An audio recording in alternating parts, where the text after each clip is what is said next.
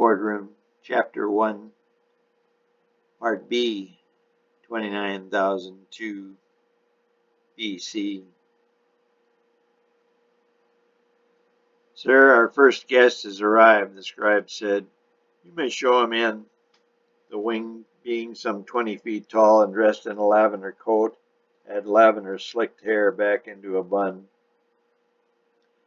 She moved into the room with magically graceful walk through the massive double doors that opened into the pyramid room. May I present Lavendarium from G63, U14. The stunning angel bowed to all three board members at the table. What's your business today, Lavendarium? Spirit asked. Honorable Spirit, may I speak freely? You may. We over on 2434789 have been observing our neighbors over on G64. In fact, we went over and talked with them. Yes? Well, her voice caught. Well, they've recently been allowed to have new angels added to their family, and well, tears welled in her spectacular eyes, and Spirit gave her a golden handkerchief. Lavendarium dried her eyes. Well, she began to cry openly. I think I know what you want, Miss Lavendarium, the scribe said.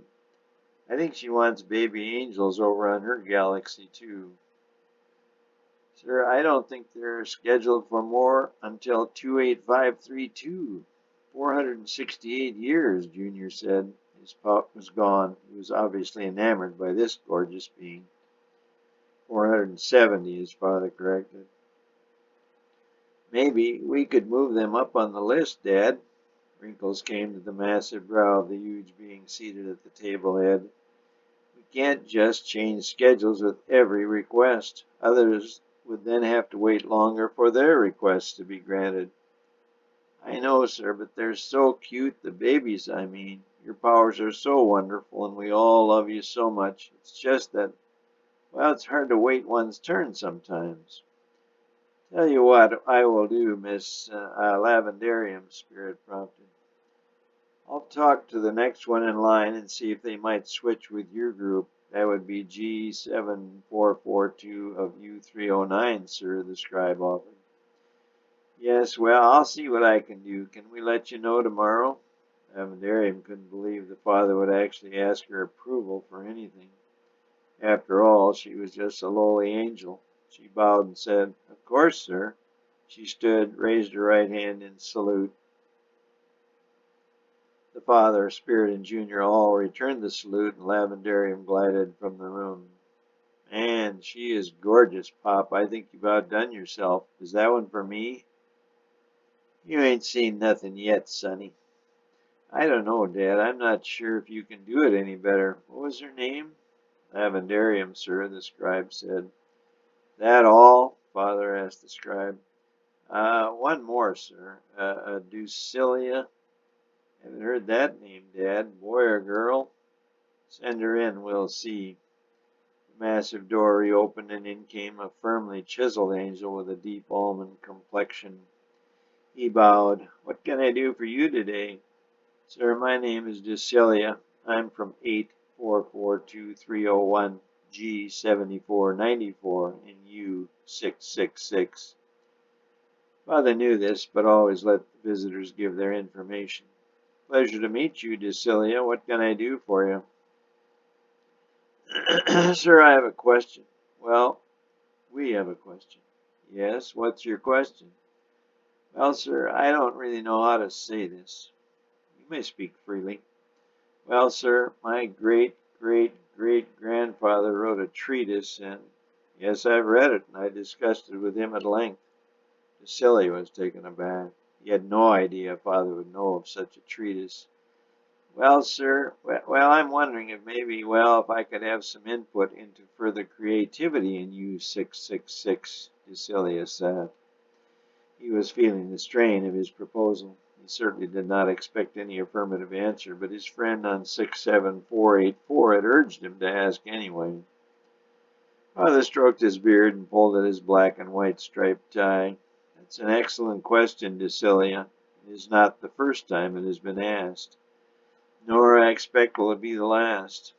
Having said that, I am, as you know, the driving force of all the planets, all the galaxies, and all the universe. Because of me and me alone, there is perfect harmony and peace everywhere. If I relinquish even a small part of my creative power to lesser beings, the harmonic mechanism of the universe will slowly begin to unravel, and eventually there will be complete chaos. Cecilia bowed and said, "Thank you, sir, for hearing me. My humblest apology. I did not mean to question your power or authority in any sense. It's just that we see the look of complete satisfaction and elation on your face every time you create a new galaxy, star, or planet for us. We just would like to have a little part of that feeling. That is why I am God and you are my beloved angels. It is the order in the universe that allows us all to have peace and happiness."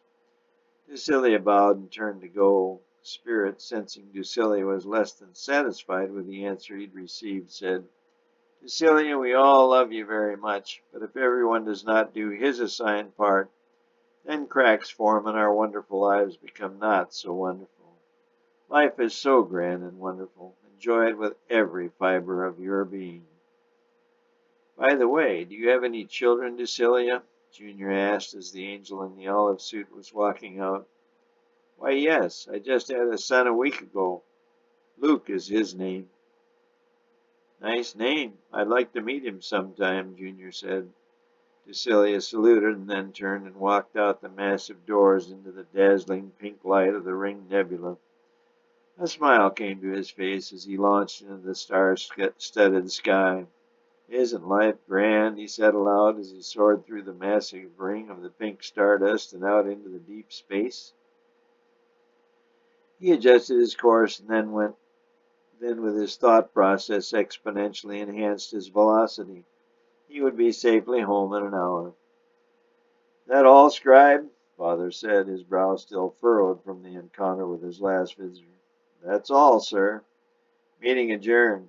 The gavel came down hard on the table. He looked down and saw in its crystalline head a tiny crack.